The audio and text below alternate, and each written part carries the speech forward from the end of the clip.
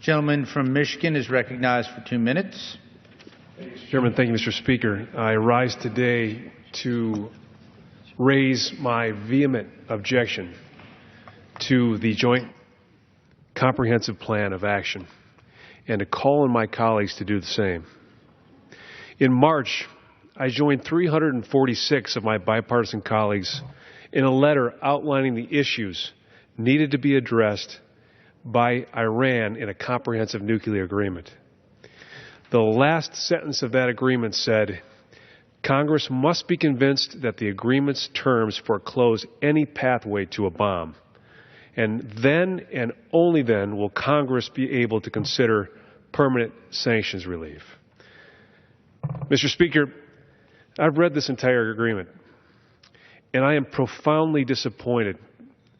Disappointed to say that it falls remarkably short of foreclosing a pathway to a bomb. To the contrary, this agreement brings Iran to the brink of becoming a nuclear weapons state, and 8 short years from now provides them a pathway to acquiring technology to strike Europe and well beyond.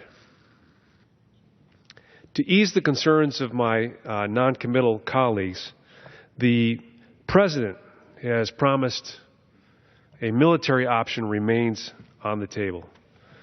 And I am simply awe-stricken by the fact that my colleagues on the left have fallen for these assurances. And it's the same administration that promised the red line in Syria. It's the same empty rhetoric that has sustained the Syrian civil war, the Libyan civil war, ISIL's control of western Iraq, and of course, the imperialist Vladimir Putin that has annexed the sovereign territory of the Ukraine.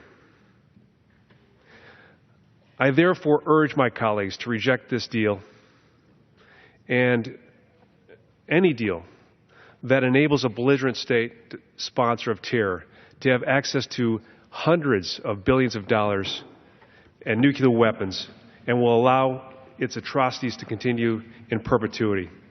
All the while, Americans, four Americans, one of them a native of the state of Michigan, my home state, Amir Hekmati, is being held hostage. How in the world?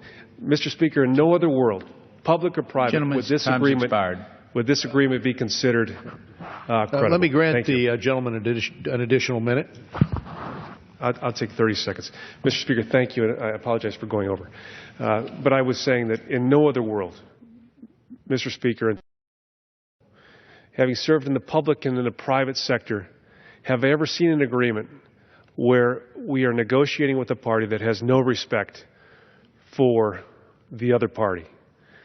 In this case, the supreme leader of the state of Iran, as late as yesterday, referred to the United States as the great Satan and called for us to be wiped off the face of the earth. Not just Israel. We're the great Satan. They're Satan, according to the Ayatollah. We are the great Satan. And I object to entering an agreement with a country that has no respect. Gentleman's time has expired. Thank you.